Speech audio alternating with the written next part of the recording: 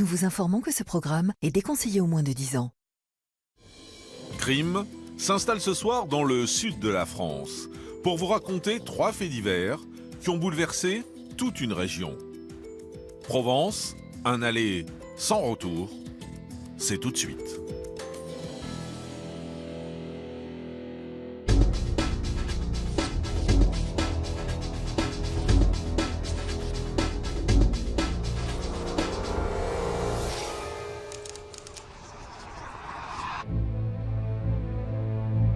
Marie est une jeune enseignante de 25 ans.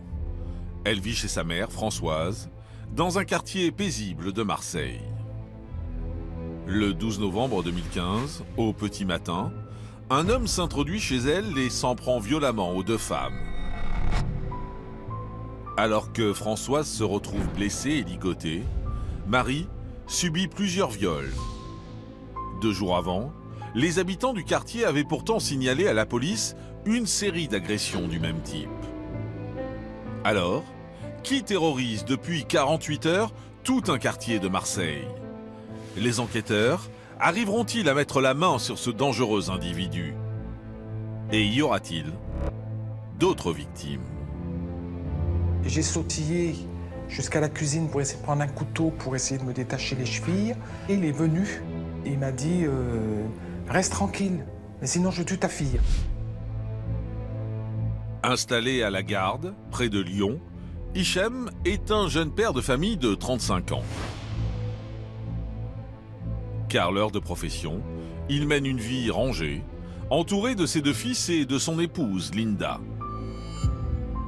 Mais un soir d'octobre 2011, alors qu'il descend dans le hall de son immeuble pour retrouver un ami, il se retrouve au cœur d'une fusillade mortelle. Hichem est abattu d'une balle dans le thorax. Alors, que s'est-il réellement passé ce soir d'automne dans le hall d'entrée de cet immeuble? Pourquoi Hichem est-il mort? Et surtout, qui est son assassin? On approchait un petit peu vers la porte de rentrée et là je vois mon fils à terre. Marina a 52 ans. Elle vit seule dans le 13e arrondissement de Marseille. Le 29 juin 2012, sa fille est inquiète. Elle n'a plus de nouvelles de sa mère. Elle prévient alors les pompiers, qui retrouvent son corps sans vie chez elle, dans une étrange mise en scène. Grâce à un site de rencontre, les enquêteurs vont remonter la piste d'un homme au profil énigmatique, qui apparemment n'en est pas sa première victime. Alors, pourquoi cet individu s'en est-il pris à cette femme sans histoire? Quels autres crimes a-t-il commis? Et surtout, qui se cache derrière ce meurtrier? Lorsqu'on va passer son profil génétique dans le FNAEG, eh bien celui-ci va concorder avec une affaire qui date de 2006 pour un crime non élucidé.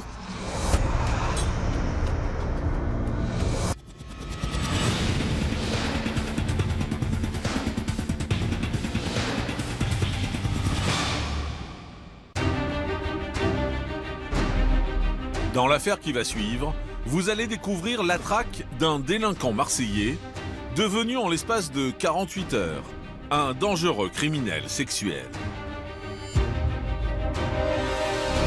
Une série d'agressions de plus en plus violentes qui traumatiseront les victimes à jamais. Il commence à me poser tout un tas de questions, du style est-ce que j'ai un copain, est-ce que je suis vierge? Et je crois que c'est à ce moment-là que je comprends ce qui va se passer en fait. Et que je comprends pourquoi il est là.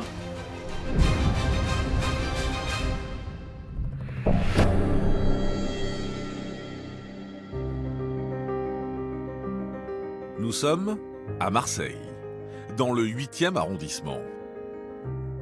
Entre le parc naturel des Calanques, la plage du Prado et le célèbre stade Vélodrome. Ce secteur est l'un des plus prisés de la ville. C'est un quartier plutôt bourgeois à Marseille. C'est-à-dire qu'il est peuplé de gens qui sont relativement aisés, classe moyenne et supérieure. Mais en ce jour d'automne, une véritable psychose va semer le trouble dans le quartier. Le 12 novembre 2015, dans la matinée, le téléphone sonne au commissariat du 8e arrondissement. La police reçoit un appel ce jour-là qui leur signale qu'effectivement il y a une difficulté pour 2 femmes qui se trouveraient en danger. L'alerte est lancée par une lycéenne qui vient de recevoir des messages inquiétants de Marie, sa professeure. L'enseignante de 25 ans se trouverait actuellement au domicile de sa mère, Françoise. Immédiatement, les policiers marseillais se rendent sur place. Ils découvrent Marie, Françoise, qui viennent d'être victimes d'une agression de la part d'un jeune homme et qui effectivement vient de s'enfuir à la vue de la police. Alors, que s'est-il passé dans cet appartement du 8e arrondissement?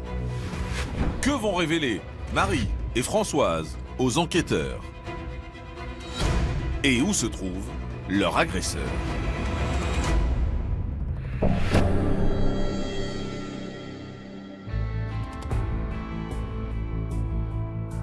Face aux policiers, les 2 victimes racontent ce qu'elles ont subi. Plus tôt, ce matin, Marie, qui vit avec sa mère, laisse ouverte la fenêtre de sa chambre, située au rez-de-chaussée. Avant de partir travailler, vers 8 heures, la jeune femme tombe nez à nez avec un intrus. Donc je vais à sa rencontre en fait, en essayant d'être un peu sûre de moi. Et je crie « Mais qu'est-ce que vous faites ici ? Partez tout de suite !» Alertée par les cris de sa fille, Françoise entre à son tour dans la chambre. Une bagarre éclate et les 2 femmes sont bousculées jusque dans la cuisine. La mère de famille saisit alors un couteau, mais se fait rapidement désarmer par l'agresseur. Il le tire par le manche, ce qui fait qu'il lui entaille un doigt au passage. Ça saigne partout. Il me dit « Oh, c'est rien, c'est qu'une petite égratignure. Mets ta main sous l'eau froide. » L'individu attache Françoise avec des liens en plastique et conduit Marie dans sa chambre. Il lui demande d'appeler à son travail pour prévenir qu'elle ne viendra pas aujourd'hui. Et à ce moment-là, je ne sais pas pourquoi, mais je me dis il faut que j'arrive à transmettre un message, même si c'est un peu comme une bouteille à la mer. Donc je décide, au lieu d'appeler la secrétaire du lycée où je travaille, je décide d'appeler une de mes élèves. Et comme il y a le haut-parleur, en fait, je lui dis « Bonjour, madame la secrétaire. Voilà, c'est pour vous dire que je ne pourrais pas être là aujourd'hui. » Au bout du fil, l'élève joue le jeu et l'agresseur de Marie ne se rend compte de rien. Et ensuite, il commence à me poser tout un tas de questions, du style « Est-ce que j'ai un copain ? Est-ce que je suis vierge ?» Ce genre de choses. Et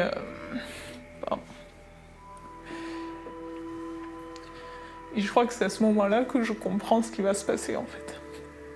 Et que je comprends pourquoi il est là.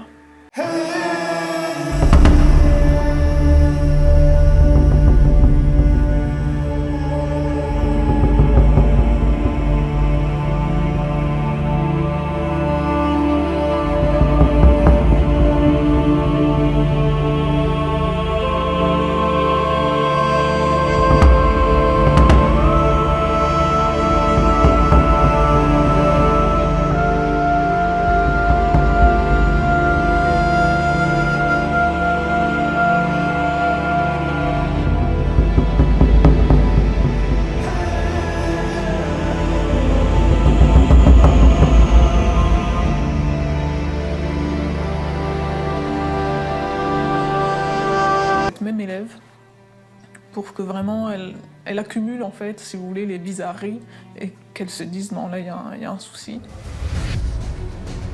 L'étudiante comprend que sa professeure est en danger et compose, sans plus attendre, le 17.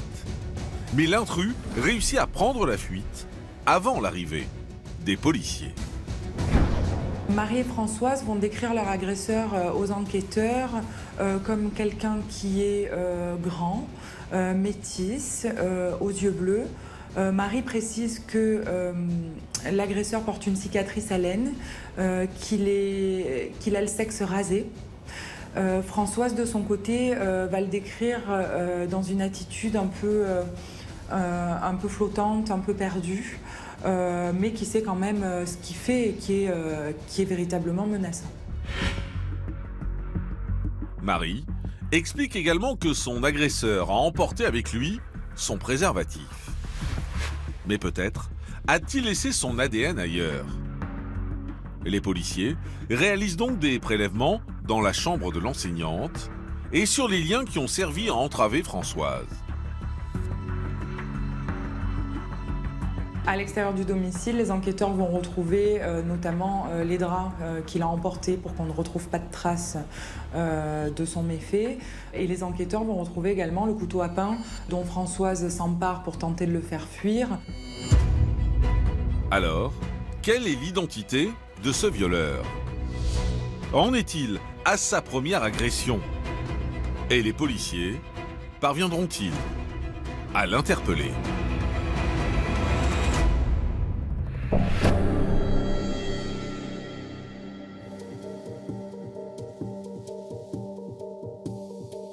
Prise en charge par les pompiers, Marie et Françoise sont emmenés aux urgences. En attendant les résultats des analyses ADN, les enquêteurs se concentrent sur le profil des deux victimes. Marie est assez discrète, elle mène sa vie de professeur, c'est une très grosse travailleuse. Et Françoise est la mère de plusieurs filles qui les a élevées sans leur père. Je dirais que ma mère est une femme forte, avec un caractère assez autoritaire, dans le sens où elle est indépendante. Et elle a tendance, du coup, à rebondir assez facilement et à s'adapter aux situations.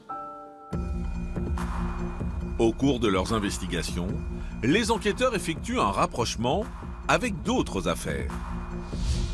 2 jours plus tôt, une femme, que nous appellerons Isabelle, a en effet porté plainte à la suite d'une agression. Elle explique que le 10 novembre au matin, un homme est venu l'aborder dans le parking d'un centre commercial. Il va la draguer lourdement. Il va tenter de l'embrasser, elle va refuser, elle va se défendre. Isabelle le rejette et elle parvient à s'enfuir, l'homme n'insiste pas. Ce même jour, vers 18h, la police est à nouveau appelée. Cette fois, pour un cambriolage en cours dans une résidence du 8e arrondissement.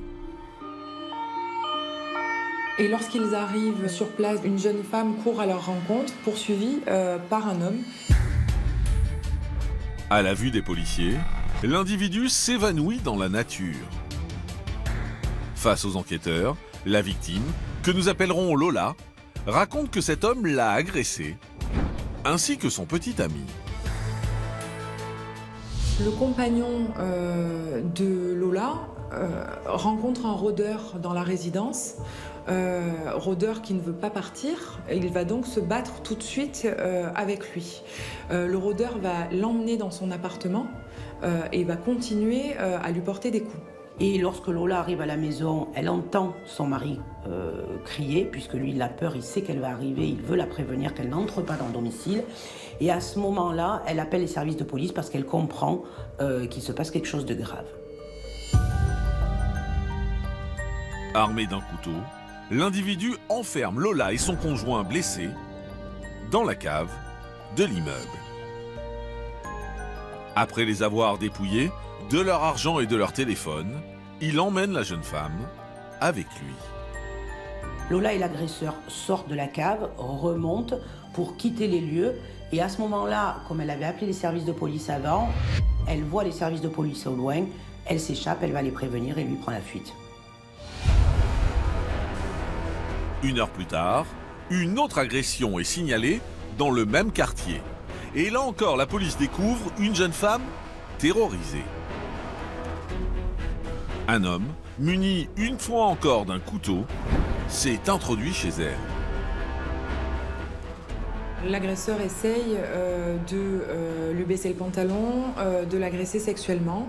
Il est déstabilisé parce que l'enfant de cette femme est dans l'appartement et donc il va décider de l'emmener à l'extérieur. Ils vont s'éloigner un petit peu de l'appartement et elle va dire qu'elle a oublié le bip du portail. Donc elle va retourner dans son appartement et tout verrouiller de l'intérieur.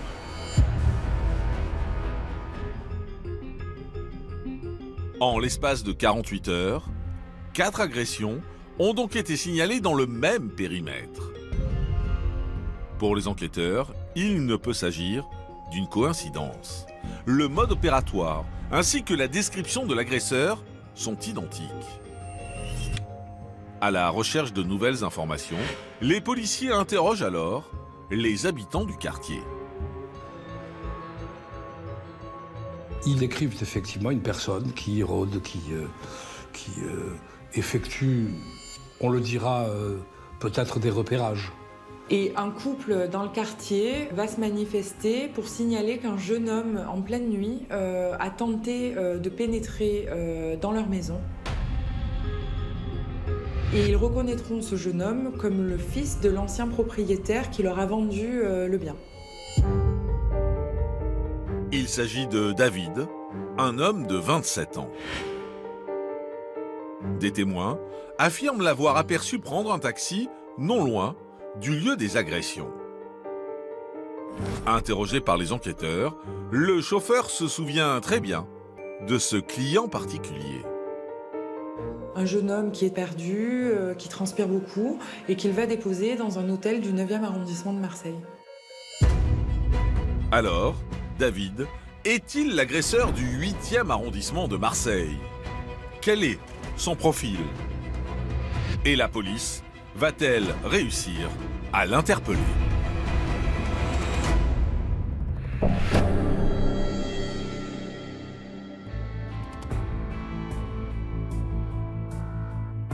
Aussitôt l'identité du suspect révélée, les enquêteurs marseillais consultent leurs fichiers et ils vont découvrir qu'il est très connu des services de police. C'est quelqu'un de très connu des services de la justice. Il a un casier très important et d'ailleurs, depuis son enfance, il n'a connu que la délinquance.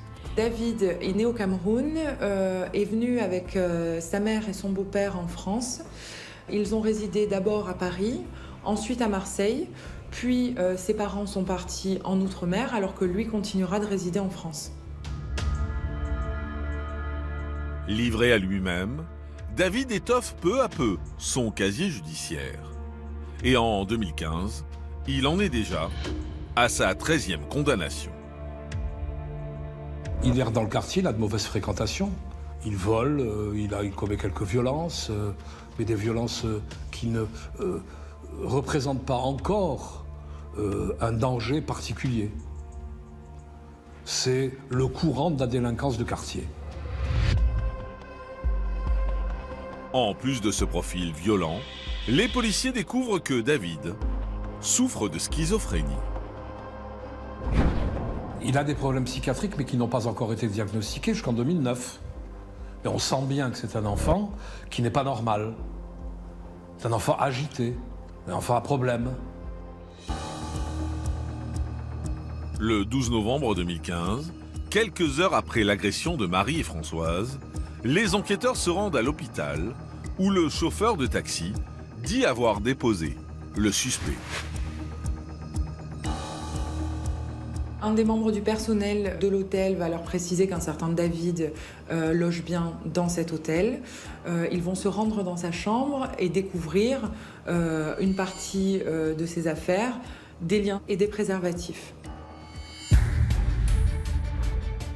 David a quitté les lieux il y a seulement 1 heure. Et dans sa fuite, il a abandonné des affaires dans une poubelle près de l'hôtel. Et notamment, un préservatif usagé. Il y a un dispositif de sécurité très important qui se met en place, plusieurs brigades de police, la cynophile, un hélicoptère, tout le monde est à sa recherche à Marseille à ce moment-là. Les recherches ne donnent rien jusqu'au soir où on va le retrouver chez un coiffeur dans le 2e arrondissement.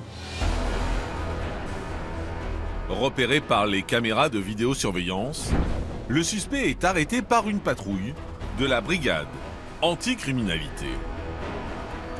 On va retrouver sur lui un couteau, des gants, du scotch et on va procéder au premier prélèvement ADN. David est emmené à l'hôtel de police.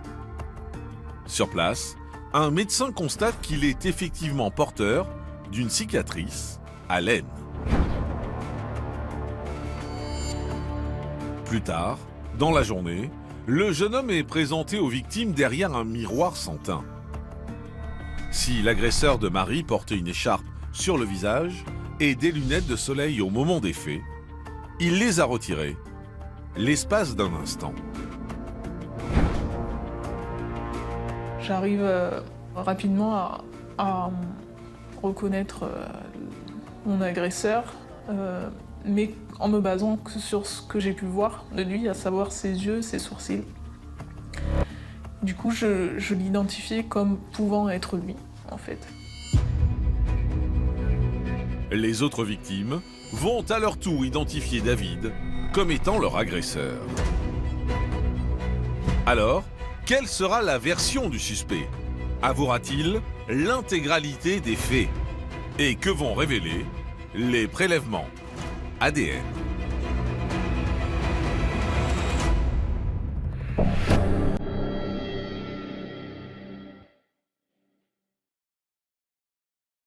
Placé en garde à vue, au siège de la police marseillaise, le suspect adopte un comportement des plus étranges. David est absent pendant les interrogatoires. Il répond aux questions qu'on lui pose de manière très distraite, comme si il n'était pas concerné par les faits dont on est en train de lui parler. L'homme de 27 ans se dit fatigué et sujet à des trous de mémoire. Il assure ne plus se souvenir de ces dernières 48 heures. Pourtant, les résultats des analyses ADN laissent peu de doute quant à son implication dans cette affaire. Ils sont accablants en ce qui concerne Marie, puisque sur le préservatif, on va retrouver l'ADN de Marie et l'ADN de David.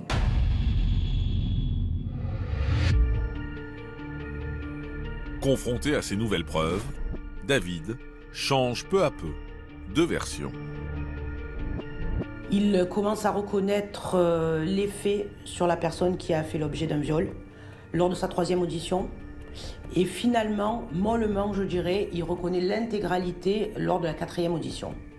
On va comprendre que son mobile serait financier et qu'il tenterait de cambrioler chez ces jeunes femmes, et puis que finalement, une fois sur place, il aurait d'autres intentions. Au cours des 4 agressions, David a violé ou tenté d'agresser sexuellement ses victimes. Le jeune homme justifie ses passages à l'acte en évoquant des traumatismes juvéniles.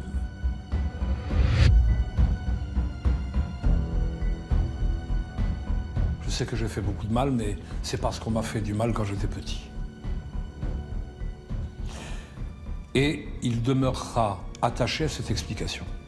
Dans sa jeunesse, il aurait été lui-même victime de viol de la part de cousines ou de vieilles tantes.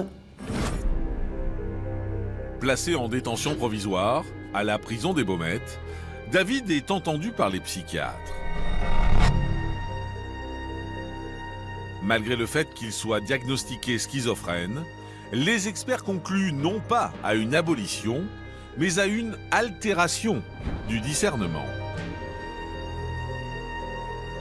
Parce que il dénote chez lui quelques espaces de conscience qui leur permettent de dire qu'il n'est pas tout le temps sous l'effet de son trouble mental. David est déclaré responsable de ses actes et il sera jugé devant une cour d'assises pour des faits de viol commis sous la menace d'une arme, d'agression sexuelle et de tentative d'enlèvement.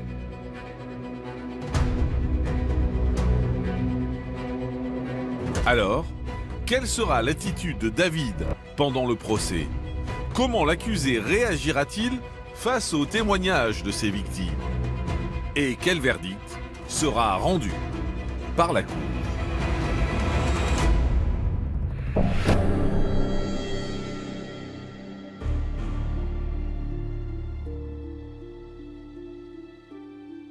Incarcéré à la maison d'arrêt des Baumettes, David multiplie les séjours en hôpital psychiatrique pour malades difficiles.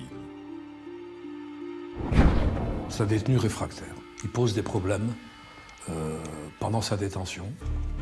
Il a tenté de se suicider, il a tenté de s'évader, il a agressé un surveillant, et donc on arrive au procès dans ces conditions-là. Le 23 avril 2019, l'audience s'ouvre devant la cour d'assises d'Aix-en-Provence. Je me dis enfin, ça va peut-être mettre un point final à ces 4 années. Je redoute pas forcément de le voir parce que pour moi c'est juste un individu. C'est pas quelqu'un que je pourrais qualifier d'être humain ou quoi que ce soit. Pour moi, c'est presque juste un morceau de chair, quoi. C'est une coquille et j'éprouve rien envers lui, quoi. Dès le premier jour, David, 30 ans, se fait remarquer par son attitude désinvolte. Il est parfaitement indifférent à tel point qu'il va marquer son absence au procès qui le concerne en s'allongeant sur le banc des accusés. Et donc, pendant la plus grande partie du temps, il va être invisible aussi bien des jurés de la cour que des parties civiles, puisque visuellement, le banc se trouve sous la balustrade et donc personne ne pourra le voir la moitié du temps. J'ai jamais vu ça. J'ai vu des accusés s'emporter, être vulgaires, être agressif envers la cour, envers le président, envers les victimes. Mais un accusé qui, pendant plusieurs jours de procès dort, j'ai rarement vu ça. Je crois que c'est la première fois de ma carrière. Mais pour l'avocat de la défense, l'accusé est avant tout une personne souffrant de schizophrénie.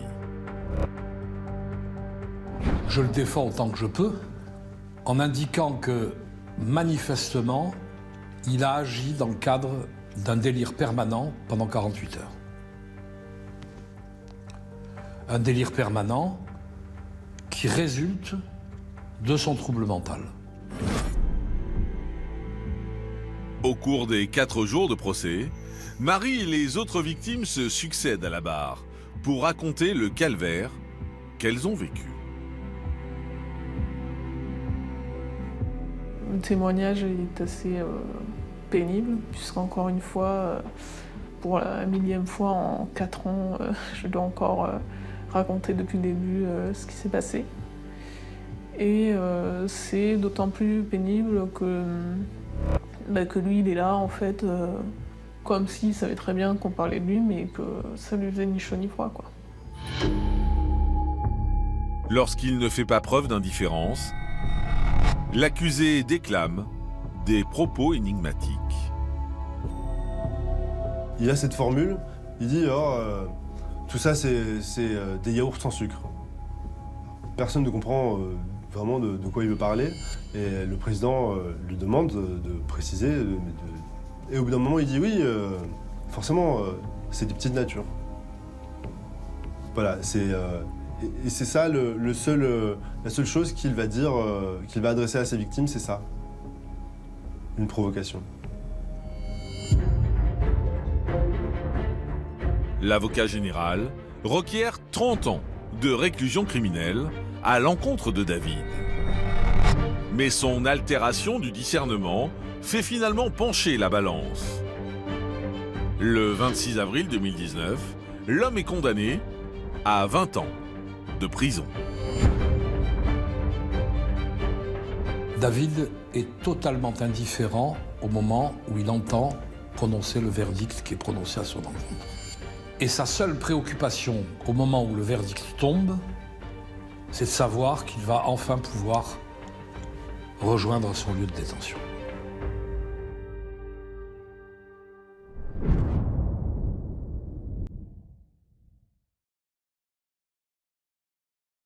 Aujourd'hui, 4 ans après les faits, le spectre de l'agresseur sexuel a quitté le 8e arrondissement de Marseille.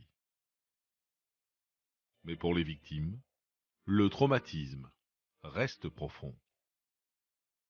Moi, je supporte pas les portes qui claquent.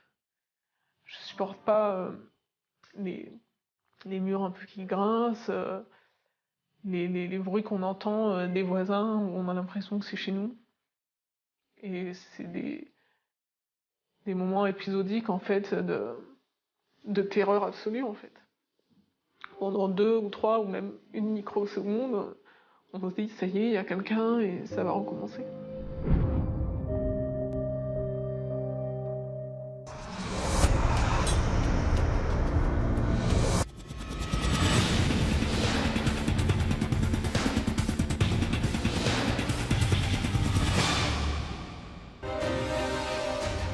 Dans l'affaire qui va suivre, vous allez découvrir l'histoire tragique d'un père de famille dont la vie va basculer un soir d'octobre 2011.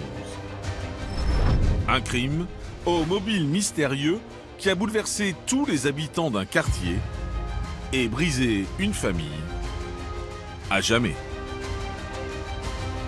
Le commissariat de Toulon est appelé, des coups de feu ont retenti, un ou plusieurs, on ne sait pas encore, et une personne serait décédée.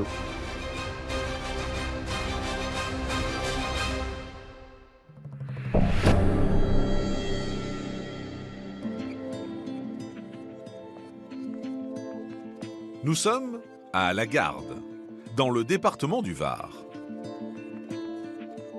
Perchée sur un piton rocheux, la vieille ville domine la mer Méditerranée et offre à ses visiteurs un important patrimoine architectural. La Garde est une commune de 25 000 habitants environ, située entre Toulon et Hyères. Petite commune qui est à la fois entourée de montagnes et de belles plages. C'est une commune qui n'a pas véritablement de mauvaise réputation et c'est une ville où il fait bon vivre. Pourtant, le dimanche 2 octobre 2011, la ville va connaître une agitation inhabituelle. Il est 21h30 lorsqu'un événement va semer la panique dans le quartier de la Planquette. On entend une détonation, certains même parlent de bombes, enfin, on n'est pas très sûr de ce qui vient d'arriver. Très vite, le commissariat de Toulon enregistre de nombreux appels. Au téléphone, les témoins assurent que des coups de feu auraient retenti dans un immeuble du quartier. Un ou plusieurs, on ne sait pas encore. À ce moment-là, les enquêteurs se rendent sur place très rapidement. Et au moment de leur arrivée, il y a déjà beaucoup de monde. Il y a beaucoup d'agitation quand ils arrivent parce que le quartier est en effervescence du fait déjà de la détonation qui a quand même interpellé beaucoup de gens. Alors, que s'est-il vraiment passé dans le quartier de la Planquette? Des coups de feu ont-ils été échangés? Et y a-t-il des victimes?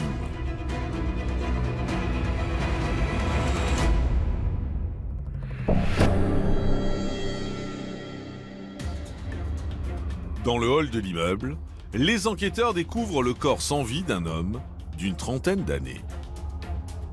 Allongé sur le dos, la victime porte un short et des tongs. Une large blessure est visible sur son thorax.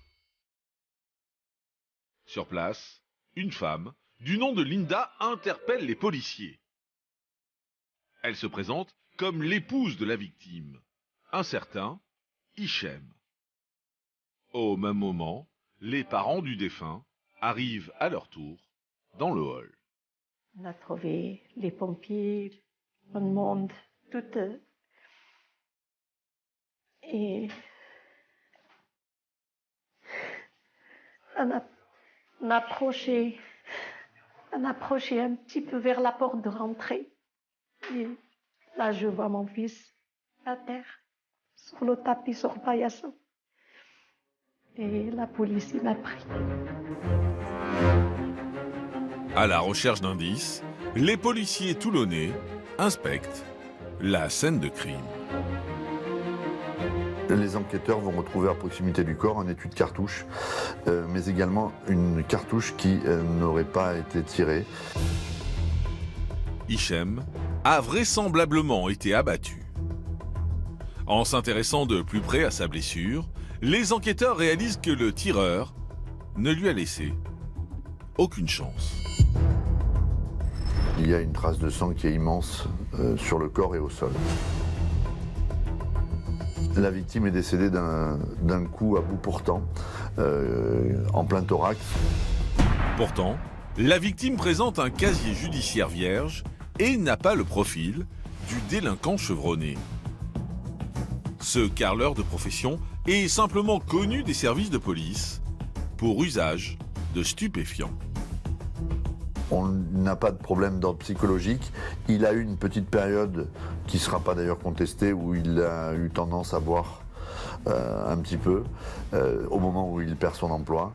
Serviable et généreux, cet artisan de 35 ans semblait faire l'unanimité dans la ville de La Garde. C'est le cadet d'une famille de 4 enfants. Il a grandi dans la ville de La Garde. Après être né en Algérie, il a rejoint avec sa maman son papa qui travaillait en France, avec ses 2 sœurs et son frère. Il va avoir une adolescence et une enfance paisible.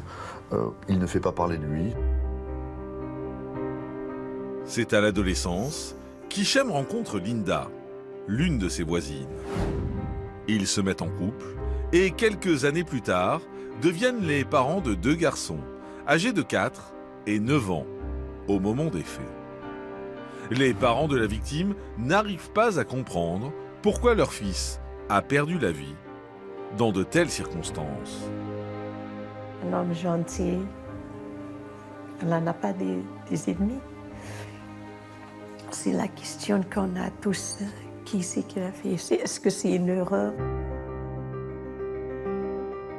Hichem, c'était un bon garçon et trop aimé par les voisins, par moi. Moi aussi, je l'aime mon fils, parce que c'est le dernier, c'est le chouchou de la famille. C'est un homme qui, toujours souriant, toujours là quand vous avez besoin de lui. Quelqu'un de tout à fait normal, qui aime ses enfants, qui est un bosseur, un travailleur.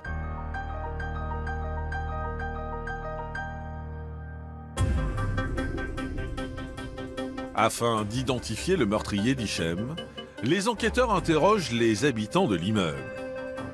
L'un d'eux raconte avoir vu un homme vêtu d'un pull à capuche prendre la fuite quelques instants après les détonations. Également entendu, Linda, l'épouse de la victime, assure qu'Hichem a passé la soirée en famille dans leur appartement. Dès ses premières déclarations, elle va indiquer qu'elle se retrouve dans la chambre avec son fils, qu'elle entend sonner à l'interphone et que son mari lui dit « c'est mon copain, je descends ». Ce mystérieux ami serait-il impliqué dans le meurtre? Alors que les enquêteurs commencent à explorer cette piste, une rumeur se répand dans le quartier où a eu lieu le drame. Le frère de Linda, très proche d'Hichem, soupçonne un homme. Il arrive en criant. C'est Kamel, c'est l'amant de ma sœur, qui l'a tué. Alors, Qui est Kamel? Est-il responsable de ce drame? Et pour quelles raisons aurait-il abattu Hichem?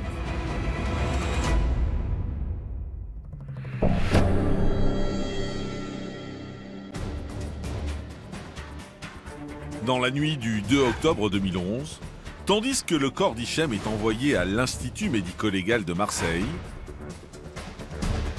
les enquêteurs interrogent Linda, notamment au sujet de sa prétendue relation avec Kamel. Elle va reconnaître qu'elle a un amant qui s'appelle Kamel et qui vit à Marseille, dans le 14e arrondissement. À aucun moment, elle ne va indiquer aux enquêteurs qu'elle a des soupçons sur son amant. Elle va d'ailleurs dire que selon elle, il existe deux pistes plausibles, l'une liée à un règlement de compte dans un trafic de stupéfiants, l'autre liée à un litige employeur-employé. Les enquêteurs vont toutefois prendre la piste de l'amant très au sérieux et contacter leurs homologues marseillais. Ils ont également le nom, une adresse assez vague, et les policiers vont retrouver sa véritable adresse et vont se mettre à la recherche de cet individu qui va être retrouvé au bout de 2 heures dans un véhicule à côté de son domicile. Il est minuit lorsque Kamel est interpellé en compagnie d'un autre homme que nous appellerons Morad. Immédiatement, les policiers toulonnais procèdent à la fouille du véhicule. Dans le coffre de la voiture de Kamel, les policiers vont trouver des vêtements noirs et puis un couteau de cuisine et un poignard. En attendant les résultats des expertises, Morad et Kamel sont rapatriés au commissariat de Toulon. En consultant leurs fichiers, les policiers réalisent que les deux individus présentent des profils bien différents. Kamel est un homme de 29 ans qui travaille comme agent de sécurité, qui n'est pas connu des services de police, qui travaille dans une association, a monté une association de quartier. Il est également disc-jockey certains soirs. C'est quelqu'un qui, a priori, ne présente pas le profil d'un assassin. On n'a jamais fait parler de lui. C'est un garçon qui a un travail, qui est inséré dans la société. Morad, en revanche, est un peu connu de la justice. Il a un casier judiciaire. Il a notamment été radié de l'armée pour avoir organisé un trafic de stupéfiants. Et puis il est connu pour vol également. Placés en garde à vue, les suspects sont interrogés séparément. Kamel reconnaît être l'amant de Linda, mais nie toute implication dans le meurtre de son mari. Dans un premier temps, Kamel va expliquer aux enquêteurs qu'il ne comprend pas les raisons pour lesquelles il vient de se faire interpeller. Il explique qu'il n'est jamais allé à la garde et que la preuve en est, c'est qu'il a téléphoné ou envoyé des SMS au moment où il est supposé être sur les lieux du crime. Sans plus attendre, les enquêteurs vérifient la géolocalisation de son téléphone. Et effectivement, son portable a borné à Marseille dans la soirée du 2 octobre. Mais lors de son audition, Morad va mettre à mal l'alibi de son ami. Il raconte que Kamel lui a confié son téléphone le soir des faits. Morad vient dire j'ai effectivement envoyé 3 SMS qui étaient déjà préparés à l'avance. Je savais ce que je devais envoyer, je savais à quelle heure je devais l'envoyer, je savais à qui je devais l'envoyer. Mais en revanche, je ne me suis pas posé de questions. J'ai fait ça parce que Kamel est un type que j'aime bien. Il m'a demandé ce service, je lui ai rendu ce service. Les résultats des analyses scientifiques vont accabler encore plus Kamel. Des résidus de tir ont été retrouvés sur sa veste. Et ce n'est pas tout. Lors d'un second examen du véhicule de Kamel, les enquêteurs mettent la main sur une note manuscrite comportant des informations troublantes. Le nom, la photo de la victime, une adresse un numéro de téléphone de la victime, tout un tas d'indices qui intriguent les enquêteurs et leur font comprendre que la version initiale de Kamel n'est pas la bonne. Poussé dans ses retranchements, l'amant de Linda change finalement de version. À partir de là, les questions vont s'intensifier, l'étau se resserre. Kamel avoue ce qu'il a fait. Il présente les choses en indiquant qu'il a agi seul, il ne met personne en cause. Il se présente un peu comme le sauveur de la femme et des enfants qui subissent une violence domestique. Le 3 octobre 2011, à la suite de ces révélations, Kamel est placé en détention provisoire à la prison de la Farlène. Morad, quant à lui, est relâché. Alors Kamel dit-il enfin la vérité? A-t-il réellement tué Hichem pour protéger sa maîtresse? Et Linda était-elle au courant de son projet meurtrier?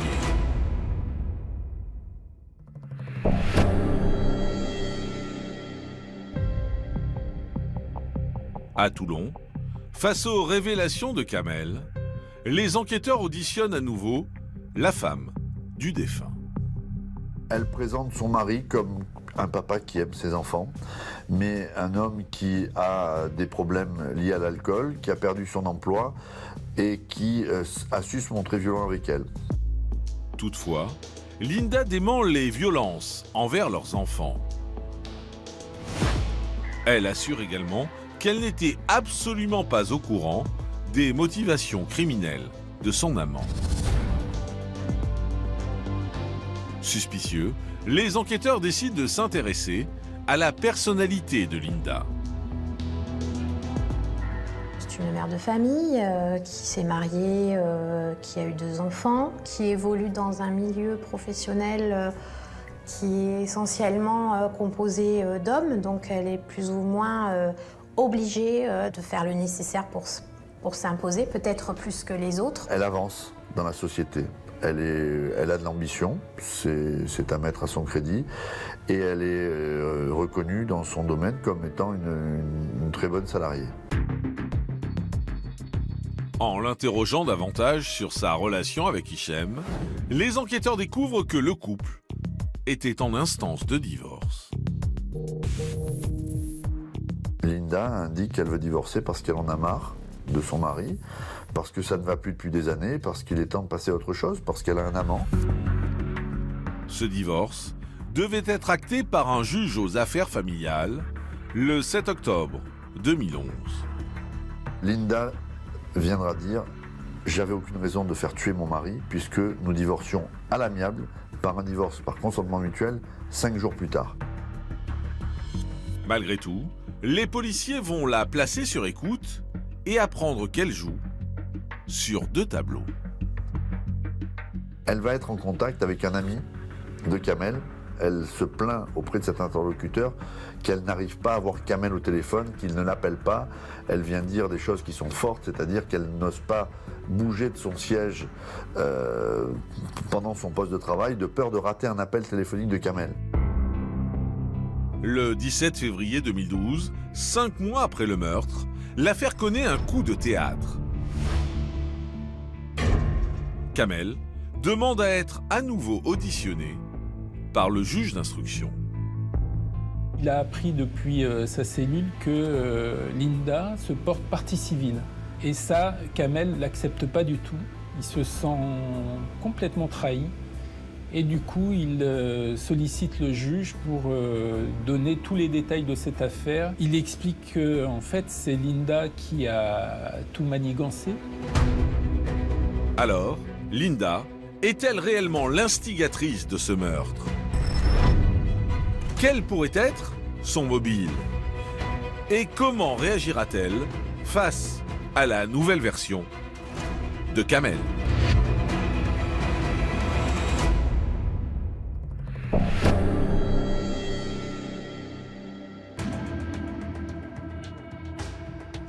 À Toulon, dans le bureau de la juge d'instruction, Kamel persiste et signe. Linda est bien le cerveau de cet assassinat. C'est elle qui a donné les éléments d'identification d'Hichem, la photo, l'immatriculation, le numéro de téléphone. Et elle devient le commanditaire de cet assassinat. Dans un premier temps, il a essayé de trouver quelqu'un qui pourrait faire, entre guillemets, le travail à sa place. Il lui a donc demandé si elle était prête à payer pour ça, et elle a dit oui. Comme il n'a pas réussi à trouver quelqu'un, c'est pour ça qu'il a décidé de le faire lui-même. À partir de là, un véritable plan meurtrier se met en place. Il vient expliquer qu'il s'est rendu à la garde avec un complice qui ne savait pas ce qu'il allait faire, qu'il a sonné à l'interphone, qu'il s'est réfugié et caché dans un petit cagibi au rez-de-chaussée. Hichem est descendu et il lui a tiré dessus. L'arme n'a jamais été retrouvée. Kamel ne voudra jamais dire ce qu'il en a fait. Il indiquera l'avoir rendu à son légitime propriétaire. Le 22 février 2012, à la lumière de ces révélations, les enquêteurs décident de placer la veuve d'Hichem en garde à vue. Elle nie toute implication. Elle est très étonnée de cette nouvelle version. Par contre, elle évoque que, effectivement, Kamel pouvait avoir montré des signes de colère dans ses propos envers Hichem. Mais alors que Linda assure ne pas avoir écrit la note comprenant l'adresse et le numéro de téléphone de la victime, l'expertise graphologique va la contredire. Elle est bien l'auteur de ce document, retrouvé dans la voiture de Kamel. Fort de cette information, les enquêteurs varois examinent le contenu de l'ordinateur de la veuve. Linda a fait des recherches un peu troublantes sur quelles sanctions pénales pour les crimes passionnels. Il découvre aussi à cette occasion qu'il y a des échanges de mails avec non pas un amant mais 2 amants. Interrogé à son tour, ce second amant va dresser le portrait d'une femme sulfureuse. Elle a envie de profiter de la vie, on a cette impression-là. Elle en joue. Son autre amant va venir dire qu'il est gâté, qu'elle lui paye des chambres d'hôtel à 650 €, qu'elle lui paye des habits de marque. Elle a une emprise sur certains hommes qui est impressionnante. Le terme machiavélique va être employé. La sœur et les parents du défunt ne sont pas non plus tendres avec Linda. Il la dépeigne comme une femme qui fait le vide autour d'elle, qui essaye d'écarter Hichem de sa propre famille et qui a un côté manipulateur. Certains la décriront comme mythomane. On sait qu'elle a menti dans cette procédure. Elle a un côté sombre qu'on a du mal à percer. C'est une évidence. Et si tout semble accuser Linda, un élément essentiel manque dans cette affaire, le mobile de ce crime. Il n'y avait pas d'assurance vie qui lui aurait permis d'hériter en cas de décès. Ils n'avaient pas de biens en commun, donc ça c'est vraiment quelque chose qui restera mystérieux dans ce dossier.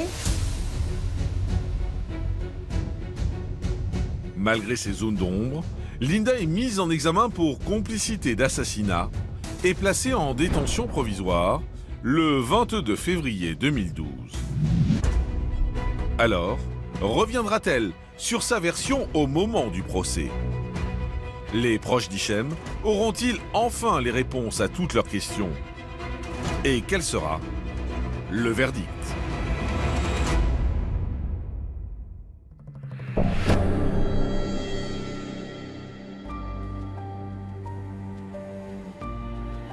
Le 10 mars 2015, 4 ans après la mort d'Hichem, le procès tant attendu des amants terribles s'ouvre devant les assises du Var, à Draguignan. Vous avez beaucoup de monde qui vient assister au débat. On a l'impression que la salle a fait son choix. La salle vient soutenir la famille de la victime. La salle vient attendre la condamnation de Linda. Tout la garde est persuadé que Linda est derrière tout ça. Tout le monde, sauf les enfants du couple. Leur position, elle est très claire. Leur mère n'est pas coupable. Kamel, c'est celui qui a tué notre père. Et en plus, il entraîne notre mère dans sa dérive. Et nous, on est privés de notre papa parce qu'il est décédé. Et on est privés de notre maman puisqu'elle est incarcérée. Décrite comme une femme forte et manipulatrice au moment de l'instruction, Linda n'est plus que l'ombre d'elle-même. Quand je vois le portrait qu'on a pu en faire et que je la vois dans le box, je ne vois pas la même personne. Elle a comme les traits tirés, elle n'est pas vindicative, elle essaye de répondre aux questions qu'on lui pose. Je pense qu'elle est très mal à l'aise aussi parce que dans la salle, il y a sa famille. Si Kamel reconnaît les faits, Linda, elle, continue de clamer son innocence et martèle qu'elle n'avait aucune raison de tuer son mari. Pour son avocat, la veuve d'Hichem est avant tout victime de sa mauvaise réputation. C'est une femme qui est libre, elle mène sa vie comme elle l'entend. Et on a pu découvrir dans le cadre de la procédure qu'elle ne fréquentait pas que Kamel. Selon les critères de certains, ça fait partie des éléments qui pourraient la faire passer pour la maîtresse diabolique. Alors que le mobile du crime anime les débats, l'avocat des parties civiles assure que Hichem voulait donner une seconde chance au couple. Un point capital de cette affaire, c'est le fait de savoir si le couple allait ou non divorcer quelques jours après la mort d'Hichem. Visiblement, il faisait des efforts, il essayait de la reconquérir. Et je reste persuadé qu'Hichem ne voulait pas divorcer, et c'est ce qui a peut-être précipité sa mort. Malgré ce doute sur le mobile, la cour d'assises du Var condamne Linda à 25 ans de prison et Kamel à 22 ans. Ce verdict est accueilli par des hurrahs et des bravos dans la salle d'audience. C'est glaçant lorsqu'on entend ça, et j'ai le souvenir de voir la famille de Linda qui part et on a l'impression que la justice a été faite. Mais pour la famille, ces peines ne suffisent pas à apaiser leur douleur. Je voulais que ça soit plus, parce que c'est la mort de Hichem, ça, pour moi, c'est rien. Elle a tué mon fils et en plus, elle dit qu'il était innocent. Et pour ne rien arranger à leur peine, Linda décide de faire appel de sa condamnation. Le 11 septembre 2019, 4 ans après le premier procès, les deux accusés écopent finalement de 20 ans de réclusion. Depuis, Kamel a saisi la Cour de cassation. En attente de ce nouveau procès, il reste à ce jour présumé innocent.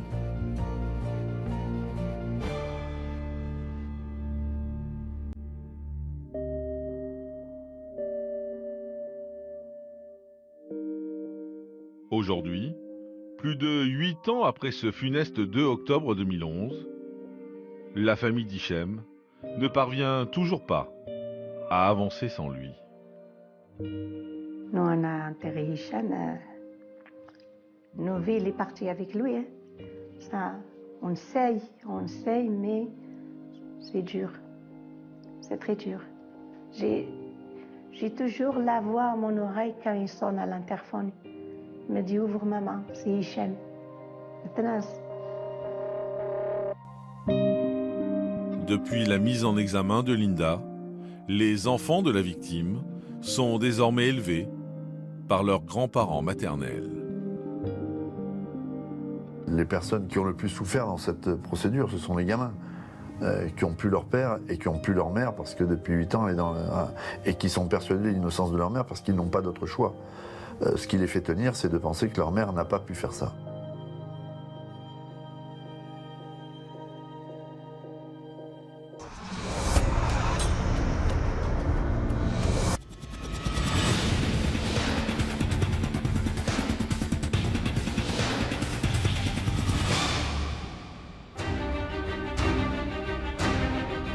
Dans l'affaire qui va suivre, vous allez découvrir l'histoire de Marina, une veuve de 52 ans, victime d'une rencontre fatale sur Internet.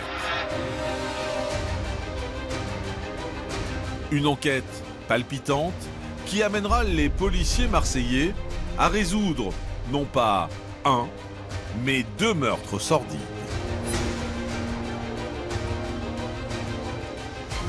Il y a des points d'incertitude dans le dossier, hein, c'est sûr, parce que les questions restent posées. Quel était son intérêt de tuer ces 2 femmes? Ni prendre l'argent, ni les viols, ni... bon, c'est quoi?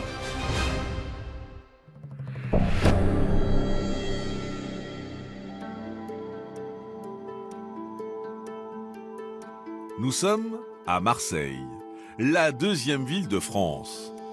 Monument historique, quartier résidentiel et cité HLM façonnent l'architecture de la cité phocéenne, qui accueille plus de 860 000 habitants. Marseille, c'est une ville qui est excessive, donc qui est très belle, qui bouge beaucoup. C'est une ville tellement vivante parce que c'est d'abord un port, parce qu'on y rencontre tout le monde, parce que différentes couleurs se croisent. C'est une ville méditerranéenne. À 52 ans, Marina vit seule dans les quartiers nord du 13e arrondissement de la ville. Chaque jour, elle a pour habitude de téléphoner à ses proches. Mais le vendredi 29 juin 2012, cela fait 48 heures que Marina ne donne plus de nouvelles. Préoccupée par ce mutisme, sa fille aînée se rend à son appartement. Elle décide d'y aller. Et puis là, effectivement, elle voit que ça répond pas. Là, elle s'inquiète vraiment. Et là, elle commence effectivement à téléphoner à la fois aux pompiers, à la police, et puis c'est l'arrivée des pompiers. Ne parvenant pas à ouvrir la porte d'entrée, les pompiers cherchent d'autres moyens pour pénétrer dans les lieux. On me passe du toit, je m'attache avec une corde quoi, et je descends du toit au dernier étage sur le balcon de la personne. La baie vitrée de Marina est ouverte. Le pompier pousse la porte et progresse dans le logement, plongé dans la pénombre. Je vois rapidement une porte entrouverte et je vois une personne qui est allongée sur le lit. Donc je lui parle. Il ne me répond pas et quand je m'approche à l'entrée, parce qu'on ne voyait pas très bien, c'était pas mal sombre, je vois qu'en fait, elle avait un sac plastique sur la tête. Donc je prends un pouls radial, je vérifie sa ventilation, elle n'a ni l'un ni l'autre, et je me rends compte à ce moment-là qu'elle a autour du cou un câble de sèche-cheveux autour du cou en fait. Alors, s'agit-il de Marina? Pourquoi une telle mise en scène? Et les policiers marseillais retrouveront-ils des indices dans l'appartement?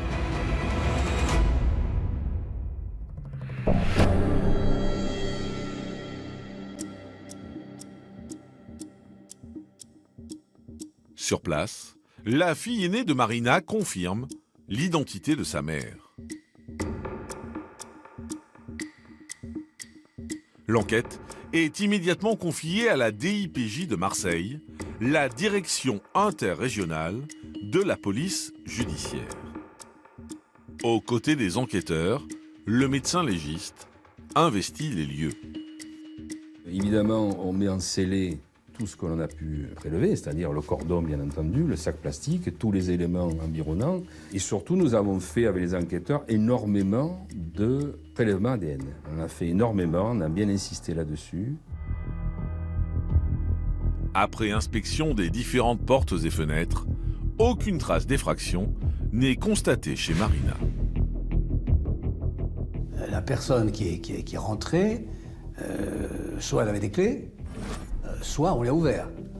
Si on lui a ouvert, c'est que c'était pas une personne qui arrivait pour la première fois, a priori. Bon. En revanche, l'appartement semble avoir été fouillé. Et on va interroger rapidement sa fille pour savoir s'il y avait bien un ordinateur. Et effectivement, cet ordinateur a disparu. Il s'agit quand même d'une tour, donc c'est un ordinateur fixe qui est assez lourd à transporter. Le samedi 30 juin 2012, les résultats de l'examen médico-légal tombent. La veille au soir, il n'y avait pas de signe putréfactif, c'est-à-dire de décomposition du corps. Or, le lendemain matin, nous en avons constaté, ce qui a permis de dater un délai post-mortem d'environ 48 heures. Marina est donc morte entre l'après-midi du mercredi 27 et la matinée du jeudi 28.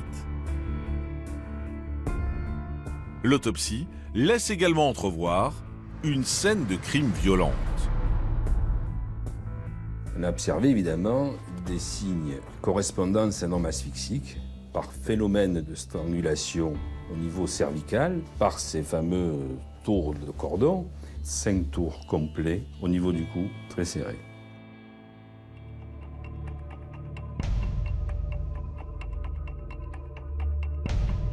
Pendant ce temps, à la DIPJ, les policiers auditionnent l'entourage de la victime afin de comprendre le profil de cette mère de 4 enfants.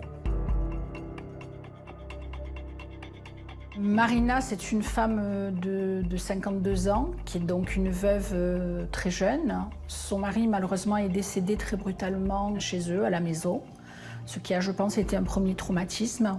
Puis quelques temps après, sa fille, adolescente, est décédée d'un AVC. Depuis cette année noire de 2009, l'ancienne auxiliaire de vie souffrait de dépression.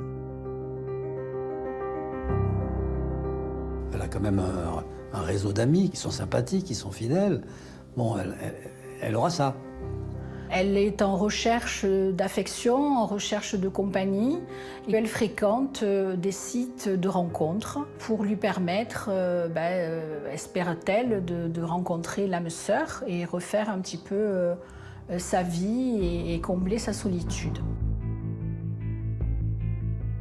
Peu de temps avant son décès, Marina s'était confiée à ses proches sur les relations qu'elle nouait en ligne.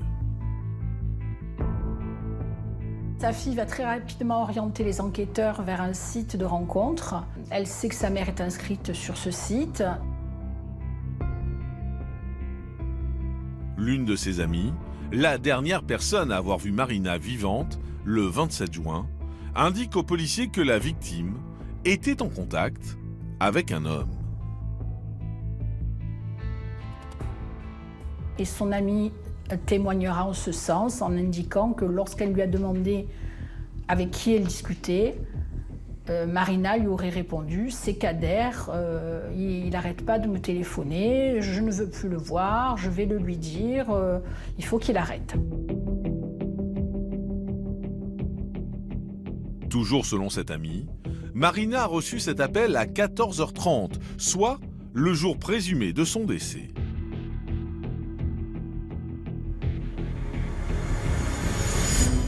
Alors, la quinquagénaire avait-elle rendez-vous avec ce mystérieux Kader? Qui était cet homme? Et les enquêteurs vont-ils réussir à le localiser?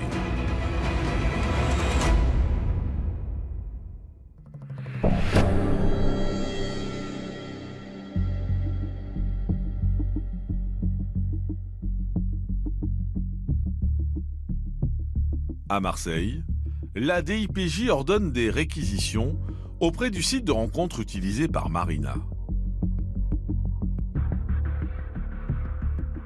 Ils mettent alors la main sur l'intégralité des conversations entretenues par la victime. Là, on va se rendre compte d'un nombre important de conversations, notamment entre le 21 juin et la date du décès de Marina, notamment avec une personne qui a des photos de profil le représentant en gendarme et un pseudo Cruchot. Donc là, ça fait sérieux. Quand quelqu'un qui a un uniforme, ça, c'est pas un voyou, quoi. C'est pas très bien. Donc quelqu'un qui tranquillise.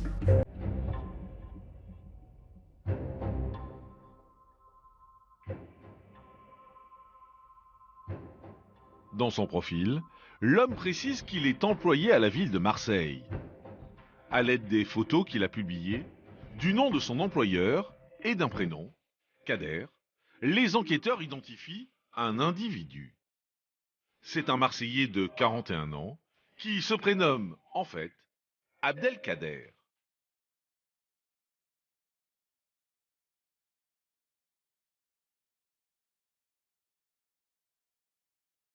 C'est un homme tout à fait ordinaire, quelqu'un qui travaille à la sécurité civile à Marseille. C'est quelqu'un qui est très engagé dans la vie collective et qui, par aspiration, est gendarme volontaire. L'homme a déclaré à son employeur l'adresse d'un appartement situé rue de la République, en plein centre-ville. Les enquêteurs s'y rendent et tombent nez à nez avec le père d'Abdelkader, qui occupe, seul, le logement. Le père va dire qu'il ne vient jamais, qu'il a quasiment pas de rapport avec son fils. Il ne sait pas s'il est marié, il ne sait pas s'il a des enfants, il ne sait pas ce qu'il fait.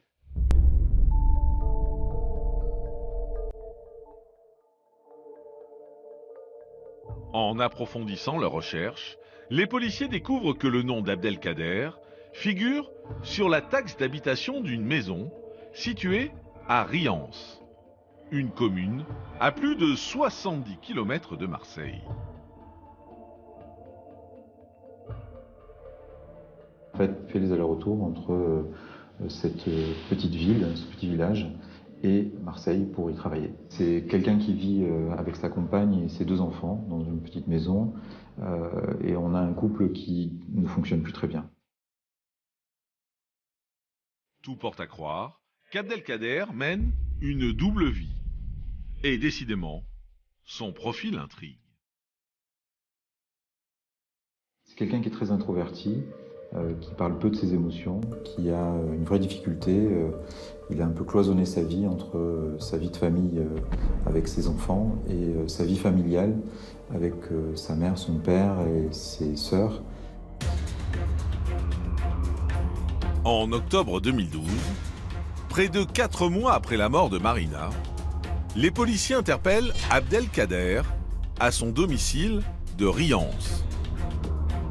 Et ils le placent en garde à vue.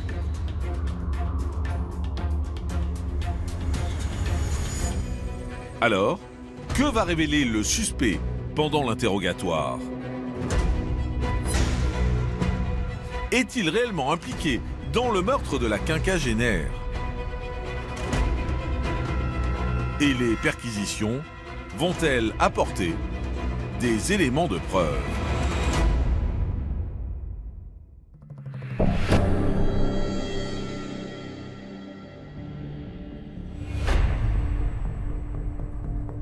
Amené à la DIPJ de Marseille, Abdelkader nie toute implication dans la mort de Marina.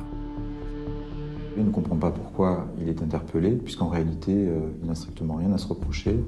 Les enquêteurs vont lui livrer des accusations, des éléments qui semblent aller contre lui et que lui n'arrive pas à comprendre. Entre-temps, la police inspecte son domicile varois ainsi que sa chambre de fonction à la protection civile de Marseille.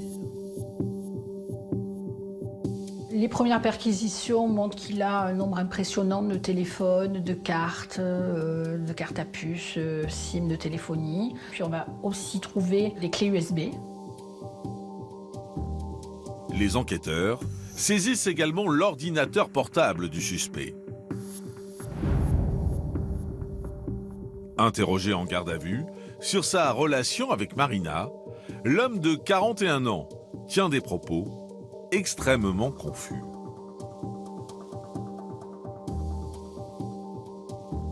La première fois, il dit qu'il a déjà rencontré, après il dira qu'il a rencontré 2 fois, après il dira qu'il n'a pas rencontré. C'est là où il va plus savoir où il en est à un moment. Bon. Il va dire qu'il a eu un rapport sexuel, après il ne le dira pas. Les officiers de la police judiciaire cherchent à savoir où se trouvait le gendarme réserviste le jour supposé du meurtre. Donc il va falloir qu'il reconstitue un peu dans son esprit quel était son emploi du temps à ce moment-là. On va céder évidemment des documents officiels, c'est-à-dire son pointage auprès de son employeur, ses allers-retours à Riance, pour en savoir un peu plus.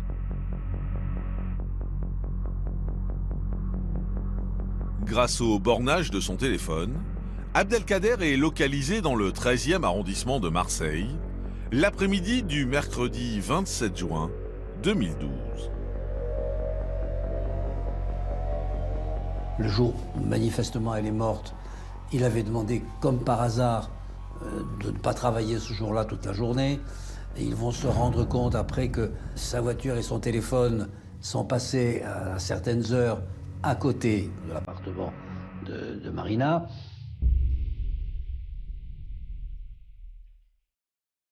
Selon ses collègues, Abdelkader est finalement venu travailler entre 21h et minuit.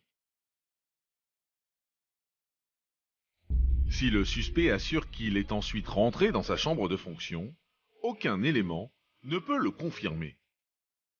Son téléphone portable était coupé pendant ce laps de temps.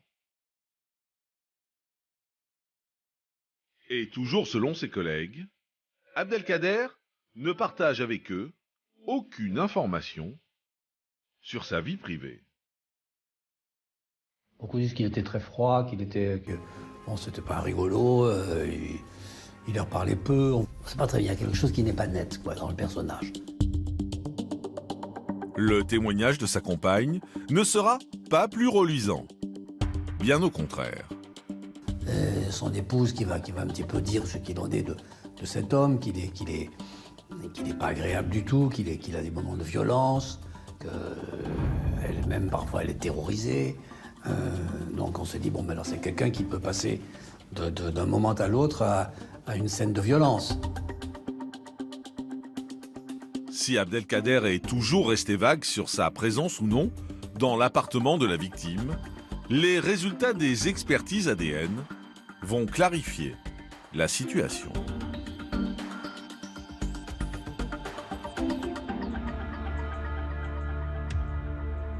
On va trouver son ADN, on le trouve à des endroits qui sont quand même un petit peu spécifiques. On va le trouver sur un oreiller, on va le trouver au niveau des jambes de Marina. Son empreinte génétique est également retrouvée sous les ongles de la victime. Abdelkader ne se laisse pas abattre et affirme qu'il a effectivement eu un rapprochement physique avec la quinquagénaire.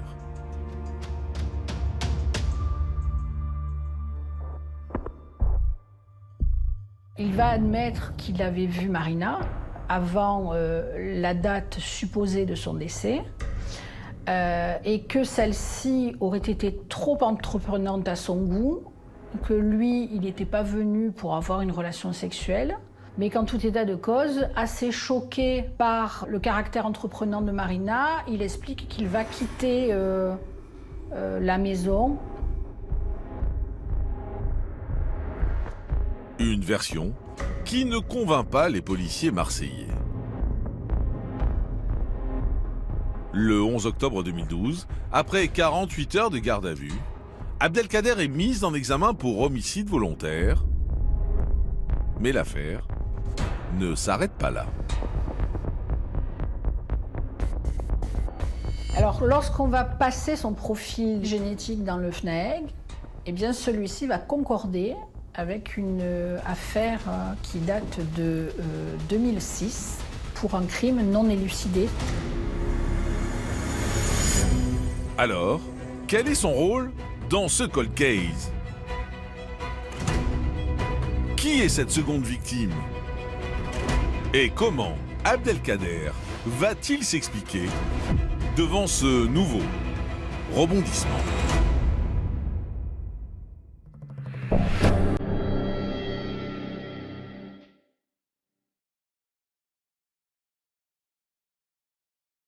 L'ADN d'Abdelkader vient donc d'être identifié sur le corps d'une femme de 68 ans, retrouvée morte 6 ans auparavant.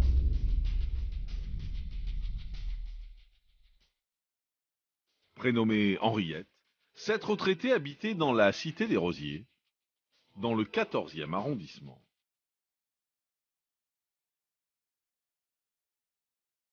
Henriette est découverte en avril 2006 sur alerte de sa famille, de sa fille, qui n'a plus de nouvelles de sa maman. Les pompiers vont arriver pour forcer la porte et ils vont retrouver dans l'appartement, sur le dos, le cadavre d'une personne d'un certain âge, habillée, en pantoufles.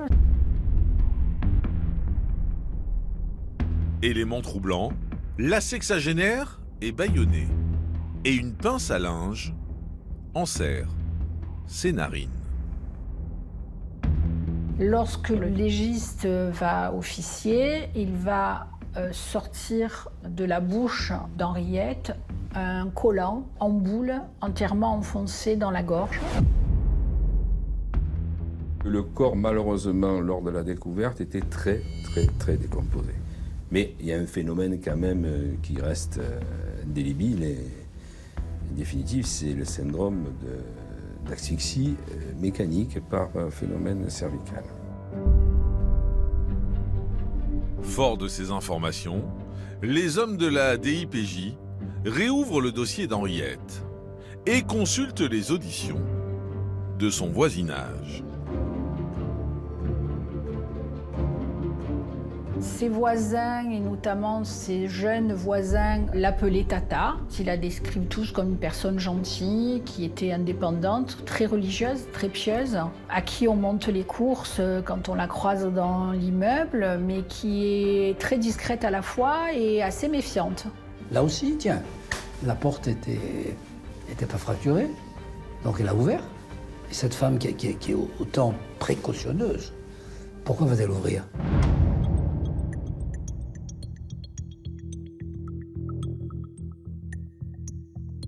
Les enquêteurs cherchent alors à établir un lien avec Abdelkader.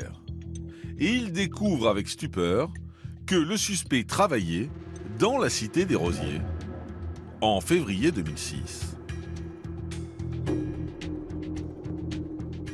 Il était employé pour faire du recensement et donc il se rendait au domicile des personnes quand elles n'étaient pas en capacité de rédiger elles-mêmes les actes de recensement.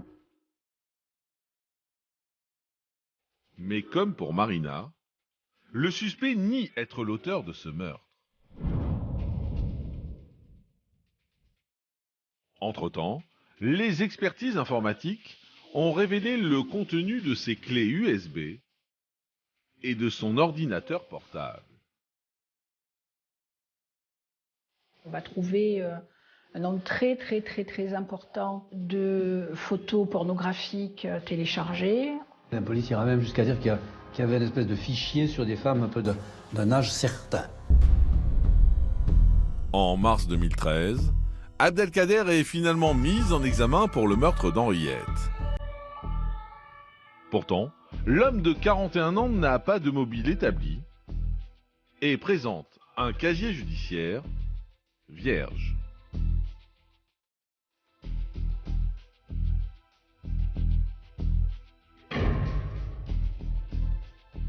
Dans son cas, sur le plan de l'antériorité, on n'a rien.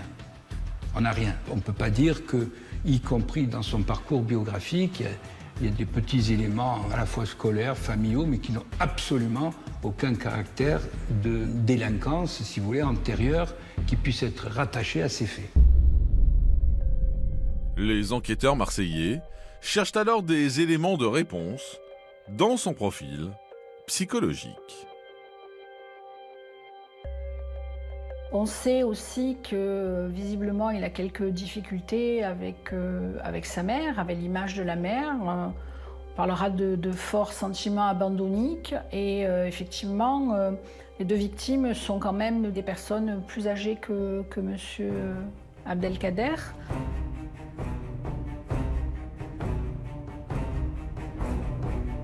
S'il ne souffre d'aucune pathologie mentale, le mis en examen semble faire preuve d'un certain machiavélisme. Il utilise notamment son uniforme comme moyen d'emprise.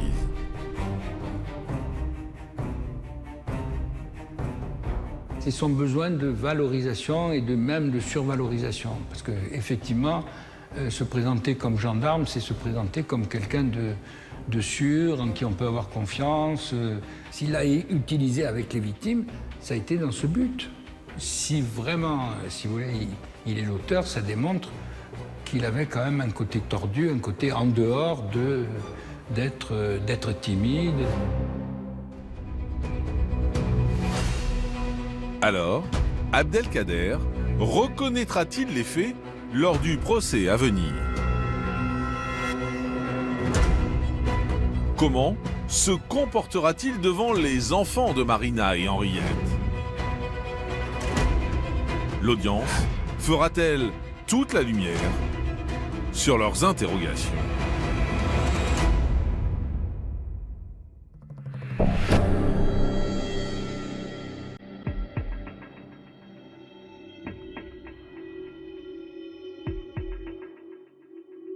Le 26 novembre 2016, le procès d'Abdelkader s'ouvre devant les assises des Bouches-du-Rhône, à Aix-en-Provence. Sur le banc des parties civiles, les proches d'Henriette et de Marina désirent avant tout connaître la vérité. Leurs attentes, c'était qu'on mette un nom sur un coupable et peut-être qu'une page pour eux également se tourne, qu'ils puissent commencer à faire leur deuil.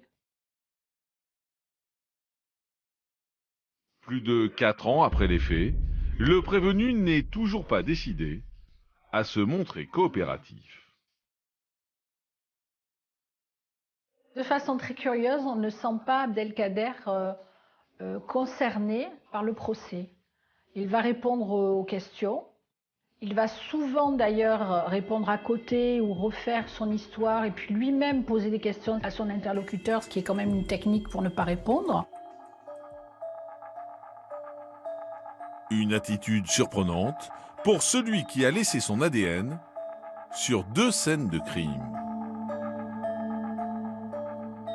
Alors il s'agit d'une coïncidence pour nous, une coïncidence que l'on peut expliquer. C'est pas quelque chose qui est intellectuellement impossible à se représenter, mais c'était évidemment très difficile pour une cour d'assises et pour des enquêteurs que de penser que retrouver 2 fois de l'ADN sur des scènes de crime, et ben forcément ça veut dire qu'on est l'auteur.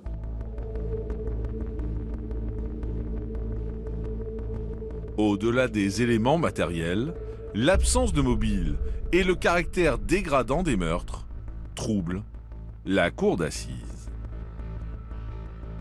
Il y a des points d'incertitude dans le dossier, hein, c'est sûr, parce que les questions restent posées. Quel était son intérêt de tuer ces 2 femmes? Et ni prendre l'argent, ni les viols, ni... bon, c'est quoi? Le 2 décembre 2016, malgré des zones d'ombre, Abdelkader est condamné à 30 ans de réclusion criminelle, avec 20 ans de sûreté. Cette peine sera confirmée lors du procès en appel, 1 an plus tard.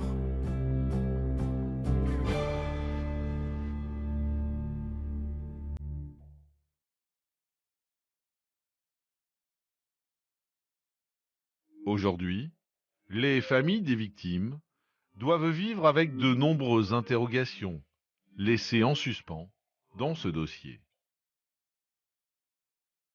Reste aux enfants de Marina et d'Henriette le souvenir de 2 mères aimantes. Faire le deuil d'une maman, c'est toujours très très difficile. Et lorsque ça survient dans des circonstances aussi choquantes, avilissantes pour l'être humain, c'est encore plus difficile. Il faut que les victimes puissent passer à autre chose.